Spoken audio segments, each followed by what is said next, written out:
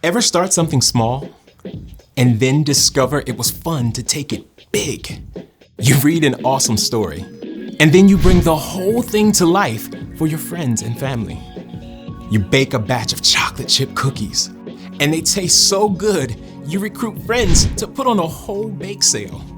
And then you use the money you earn to buy bikes for kids who've never had one. You have fun learning a new way to paint. Then you get together with your friends and paint a whole wall. You send a note to encourage someone. I hope you have a great day. And you also work with your friends to throw an entire surprise party.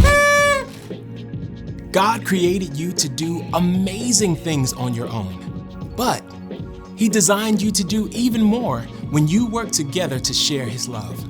And then others can see God at work in all of you.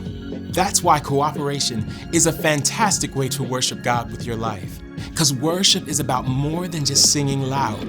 It's all about living loud.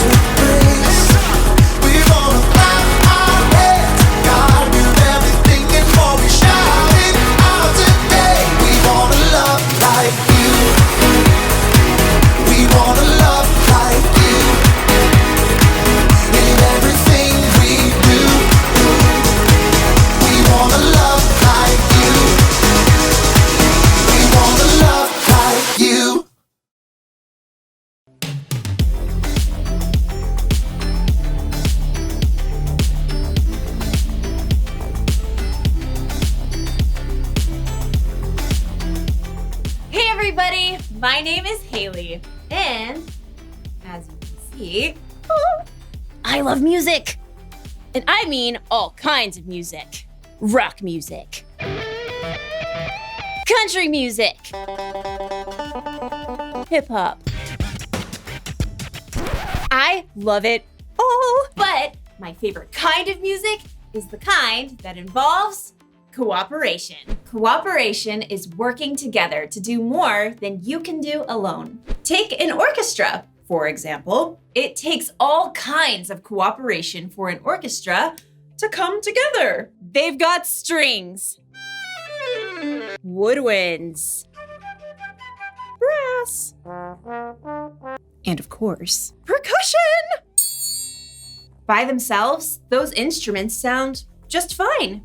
But when they all play together,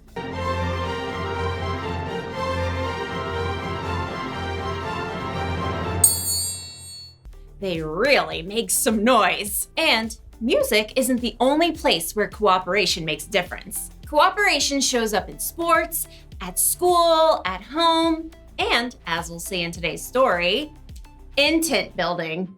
Really, really, really big tent building. You'll see what I mean. See you soon. The Bible. It's 66 books of history, stories, letters, and poetry that fit together to form God's one big story. The epic adventure of how He created us and loves us so much that He made a way to rescue us. As we travel through the Bible, from Genesis to Revelation, we discover people who met God and found their lives changed forever.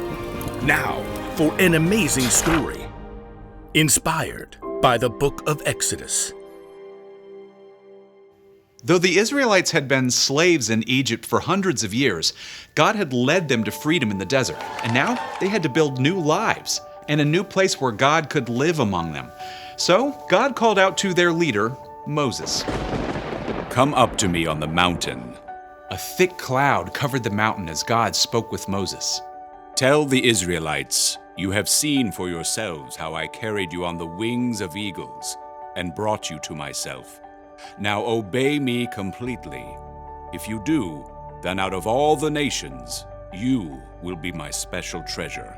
God gave Moses many rules and laws that would help keep the people safe, but God gave the most detailed instructions for something very special. Have them make a sacred tent for me. I will live among them. Make the holy tent and everything that belongs to it exactly like the pattern I will show you. Okay, ready, taking notes. Make 10 curtains out of finely twisted linen with blue, purple, and bright red yarn. Sew cherubim into the pattern. The curtains must be 42 feet long and 6 feet wide. Make loops out of blue strips. Moses' head must have spun as God gave him very complicated blueprints for a beautiful tent, for all the things that would go inside the tent, and for the elaborate robes the priests would wear. Curtains, lampstands, bowls, altars, incense, robes. God, I don't even know where to start. God knew Moses couldn't take on this huge job alone. In fact, God already had it covered. Phew. After Moses had heard all of God's instructions, he came down the mountain and told his assistant Joshua, Gather all the people. On it. God is going to make a home right here among us. We'll build an epic, amazing, ginormous tent for God. Who wants to volunteer? Maybe you should be a little more specific. Good point. One thing at a time. Aaron? Moses pointed out his brother standing near the front. Right here! God has chosen you and your sons to serve as priests in the sacred tent. Oh, we're honored, but, we need the tent first. Exactly. We'll need a skilled craftsman to head up the whole project. Moses looked out over the crowd. Bezalel, son of Uri. The name spread through the vast crowd, and in moments, a young man with bright eyes and strong hands leapt off a rock and came forward. Bezalel, son of Uri, tribe of Judah, at your service. God has chosen you to lead everyone crafting the holy tent. Wow. Okay. Gonna need half a second here. Don't worry. God's filled you with His Spirit, with wisdom, understanding, knowledge, all kinds of skill. You're talking about me? Can you make beautiful patterns in gold, silver, and bronze? Well, yes. Can you cut and set stones? Yep, Work with wood? absolutely. Craft as if Pinterest were already a thing? Theoretically, yes. God will give you all the help you need, starting with, Oholiab? Another man stepped up, smile lines crinkling his face. Hey, man, that's me. Yeah, God also had chosen you and given you special skill in all kinds of crafts. Oh, totally rad. And to top it off, God has given both of you the ability to teach others everything you know. All right, we're so on it. We'll train up an entire team. There was just one catch. We need to lay in supplies. Yeah, anyone seen a House Depot? How about tents to go? God will take care of it. We need everyone to help. Please bring an offering for the Lord from what you have. Quickly, people came forward to give to the work of the holy tent. Take these gold earrings and this necklace. I can haul in loads of acacia wood on my donkey. I've been saving this purple yarn. I picked the olives for this olive oil. In fact, the people had brought so much, the workers couldn't use it all. Stop! Please, we have more than enough. So under the guidance of Bezalel and Oholiab, a team of men and women stepped up to create the tent. They carved tables and altars and curtain bases. They crafted golden lampstands and bronze bowls. They spun and wove yards and yards of bright-colored linen curtains. They sewed special robes for the priests and compounded beautiful incense to burn on the altar. At last, the tent of meeting was complete. Moses and all the people gathered together once more. You have done the work just as God commanded. May God bless you all. When everything was finally in place and the priests were ready, a cloud covered the tent, and it filled with the glory of God that everyone could see.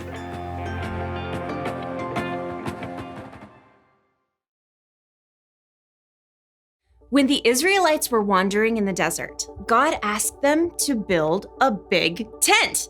A tent we now call the tabernacle, where people could worship God and where God could live. Oops. You heard that right.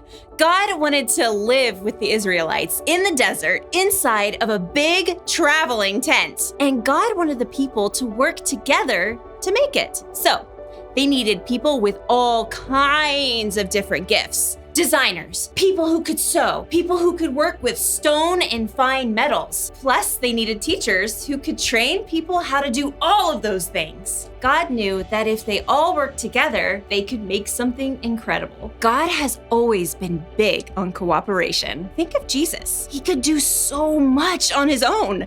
He could work miracles, and yet he chose to work together with a unique group of 12 disciples as he traveled and he taught. God wanted them to work together. And guess what? God wants us to work together too. You see, we are all unique. We all have things we're good at. We could be good at sports, or good at math, or good at coming up with stories. We could be hard workers, or good at solving problems. And by ourselves, we could do just fine. But when we work together, when we use our gifts with the gifts of other people, then we can really make some noise.